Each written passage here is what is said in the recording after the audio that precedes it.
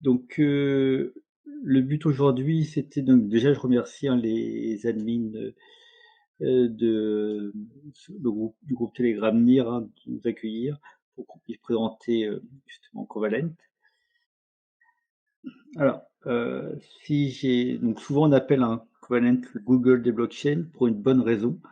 En fait, c'est un outil qui va permettre de, justement d'aller chercher toutes les données présentes sur les blockchains. Donc il y a de plus en plus de blockchains qui sont, justement intégrées à cet outil. J'expliquerai plus précisément après en quoi il consiste, pour donc ensuite pouvoir les synthétiser, et dans un certain nombre d'applications. On verra un ou 2 autres exemples après.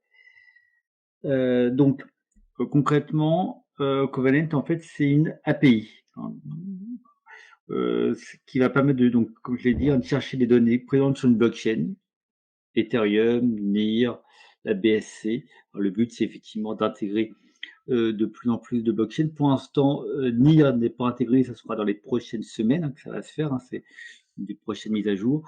La première blockchain non EVM, c'est Solana qui vient d'être intégrée. Donc le but, voilà, il y a eu pour l'instant un certain nombre de blockchains EVM qui ont été intégrées. Le but maintenant, c'est de passer à la vitesse supérieure et donc d'intégrer effectivement d'autres modèles. Et donc évidemment, c'est un des acteurs essentiels pour le Web 3. Je parlerai tout à l'heure de son concurrent, hein, The Graph, qui est déjà aussi bien connu. En gros, Covalent et The Graph sont les deux solutions. Je vais expliquer les différences.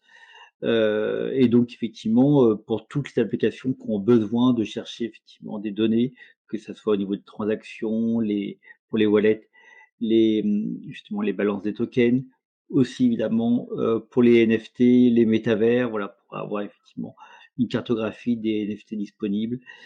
Dans un métavers, bah, les data des landes, voilà, on va avoir besoin d'outils comme le Covalent. Alors, très rapidement, effectivement, pour qu'est-ce que c'est qu'une API? Alors, c'est effectivement, c'est bien de l'avoir en tête. Donc, une interface de programmation d'application. En gros, on s'en rend pas toujours compte, mais en fait, on utilise constamment les API dans la plupart des sites web. Je prends un exemple, hein, c'est l'exemple que je prends le plus souvent. Quand vous allez sur l'application, par exemple, Airbnb, pour avoir la localisation des locations. En fait, Airbnb ne va pas recréer une carte du monde pour positionner les différentes locations. En fait, il va directement faire une requête sur l'API de Google Maps. Il va reprendre les données de Google Maps pour ensuite y intégrer simplement justement les locations qui sont sur leur site. Donc en fait, on va avoir effectivement des API dans la plupart des sites qui en fait ne créent pas eux-mêmes toutes les données qu'ils utilisent, mais font appel à des données d'autres sites. Donc Covalent, hein, le but c'est effectivement d'aller chercher donc sur justement toutes les blockchains, hein, les différentes données, hein, donc transactions, wallets, tokens, NFT, pour ensuite les stocker et qu'elles soient disponibles pour tout le monde. Alors, rapidement, une différence donc entre The Graph et Covalent, hein, puisque c'est difficile de parler de Covalent pour l'instant, encore peu connu. Si on parle de The Graph, hein, The Graph effectivement qui a une capitalisation beaucoup plus grande, qui est présent dans le paysage pour l'instant. Mais évidemment, Covalent est encore en phase de croissance.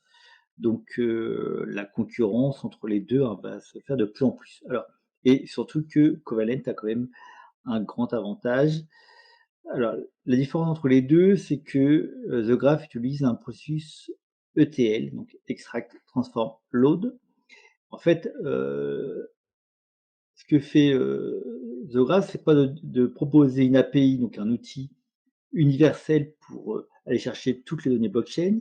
C'est qu'en fait, on n'utilise jamais The Graph entièrement, on va, à partir de The Graph, créer un subgraphe pour un type de données. Donc, par exemple, voilà, si on veut justement avoir les données de SushiSwap, on crée un subgraphe pour justement intégré sous JSwap et ensuite on utilise ce subgraphe. Donc évidemment le problème, c'est qu'évidemment on va pas pouvoir avoir un outil universel et donc on va avoir une multiplication des subgraphes pour effectivement chaque nouvelle donnée. Au contraire, Covalent en fait utilise un processus en ELT. Donc on va on va extraire toutes les données de toutes les blockchains et ensuite on va les compiler. Justement, Covalent va les intégrer à sa blockchain et donc ces données effectivement sont ensuite utilisables par n'importe quel développeur et n'importe quelle application. Donc la conséquence, c'est que Covalent est indéfiniment scalable. Voilà, il n'y a pas de limitation aux données qu'on va chercher. C'est la grande différence avec justement The Graph. Ensuite, donc oui, rapidement, sans rentrer dans les détails, on faut voir effectivement comment cela va fonctionner concrètement. Vous allez sur ce schéma avoir effectivement 3 circuits. Donc en vert, le mouvement des fonds, ça veut dire qu'en fait les utilisateurs vont justement payer donc en stablecoin pour faire un appel au contrat. Ces stablecoins vont être ensuite revendus en CKT pour CQT pour justement payer les validateurs.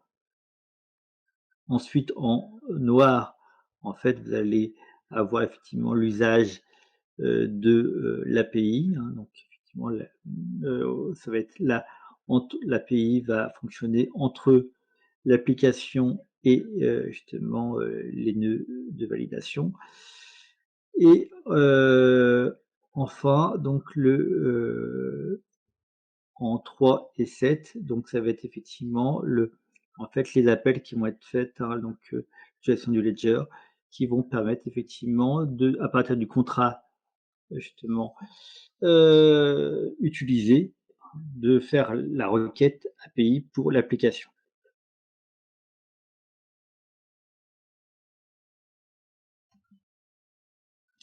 En fait, c'est un exemple parmi d'autres. Hein, il y en a sur le site Covalent, il y en a un certain nombre qui sont disponibles. Hein, donc, c'est des exemples qui ont été faits souvent à l'occasion justement d'hackathon pour Covalent. Donc là, en fait, c'est donc souvent effectivement, ce sont des personnes qui sont pleinement dans l'équipe large de Covalent, ce qu'on appelle les alchimistes. Donc en fait, dans cet exemple-là, on a un usage de l'API où on va pouvoir rechercher donc les transactions donc sur 2 blockchains, sur ensuite, je crois 2 layer 2, Polygon et Optimism. Alors là, j'ai un problème de réseau.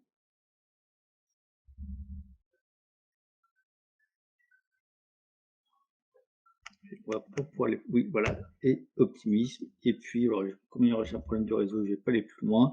Le site intègre un certain nombre de protocoles DeFi et ensuite va intégrer en Oracle le prix du Yuan Finance corrélé à l'USD. Voilà. Donc, et effectivement, à partir de cet usage assez simplifié, vous voyez bien qu'effectivement, on va pouvoir multiplier les usages de ce qu'on va pouvoir chercher comme données.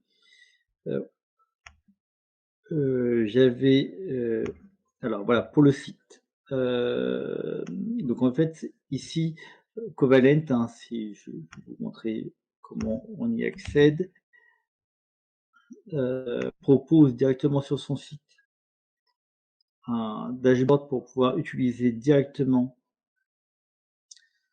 donc l'API. Donc vous allez à documentation. Désolé pour le problème de réseau. Et donc vous allez ici effectivement pouvoir avoir accès aux différentes fonctions, donc les networks et les différentes fonctions de l'API. Et donc en fait parmi effectivement des fonctions disponibles. Donc, en fait, je me suis intéressé, hein, je prends un exemple donc d'une requête possible.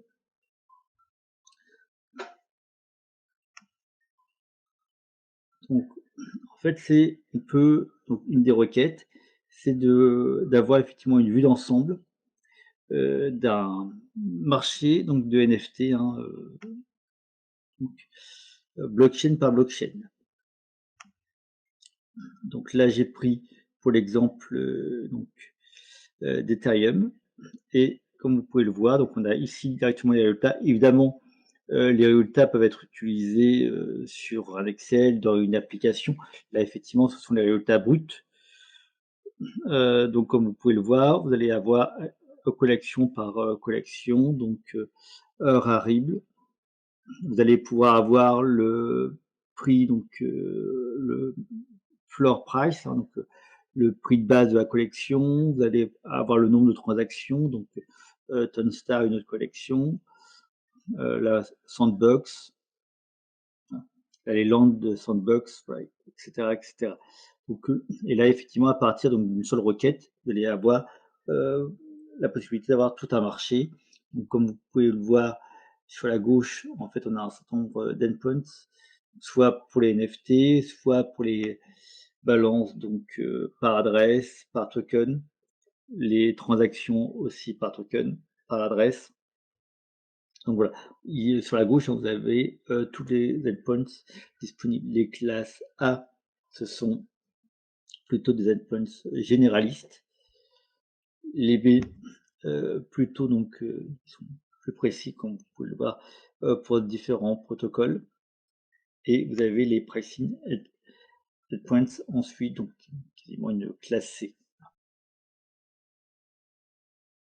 Alors maintenant, le rôle du token, hein, le CQT, donc qui n'est plus simplement un token, hein. Au début, c'était un token donc sur Ethereum, et en fait, c'est aussi la monnaie native, hein, de sa propre blockchain. Donc, là, on est effectivement en phase de transition, puisque donc on va avoir d'ici quelques semaines, quelques mois, peut-être que donner une date plus précise, on va avoir la possibilité donc de staker ces CQT donc directement sur le mainnet. En fait, le CQT va avoir 3 rôles. Donc, puisque je viens d'en parler, un rôle de sécurisation du réseau, hein, par le staking. On va aussi payer les validateurs justement par ce token. Pas directement, hein, puisque comme je l'ai indiqué, les clients en fait paieront eux en stable, et les stables seront ensuite revendus pour acheter du CQT. Et ça va aussi avoir un rôle de gouvernance. Alors, évidemment, je préférais effectivement en parler tout de suite. Faut toujours faire attention effectivement aux tokenomics, donc dans l'investissement. Donc la sortie du token, donc c'est juin 2021. Donc on est à peu près donc, à un tiers, hein, de la distribution des tokens. Donc, ce qui veut dire évidemment, on va en parler pour finir, que même si la capitalisation augmente triple, ça veut dire aussi que le prix pourrait rester stable pour l'instant. Donc, le temps qu'effectivement, donc c'est à partir du mois 50, donc 4 ans, 3 ans et demi à peu près, un peu moins, de 3 ans et demi. Donc on aura une distribution complète du token. Là, effectivement, vous voyez sur la gauche, hein, les différents holders du token et les différentes utilisations. Donc oui, je voulais finir par rapport au cours, hein, puisque si je présente ce projet, peut-être que certains seront intéressés pour investir dessus. Donc j'ai pris depuis le début, hein, comme vous avez pu le voir vous pouvez le voir ici, hein, on a eu une montée donc en août, puis ensuite donc on a eu un retracement jusqu'à aujourd'hui et vous voyez effectivement le cours d'aujourd'hui correspond quasiment, hein, au cours qu'on avait avant justement cette poussée haussière du mois d'août. Donc évidemment ça s'explique par des releases assez régulières. On a effectivement la distribution qui va avoir effectivement un effet baissier sur le cours, hein, même si la capitalisation augmente peu à peu. Donc au niveau de la capitalisation, pour l'instant, on est donc je l'ai plus, je crois qu'on était à 50 millions en prenant en compte que les tokens distribués, donc ça veut dire à peu près 150 ou 110, si on justement, si on prenait en compte tous les tokens. The Grass a une capitalisation donc de plus d'1,7 milliard. Donc comme vous pouvez le voir, effectivement, on est possiblement dans une capitalisation qui peut encore être multipliée par 10 par rapport au, à la capitalisation actuelle.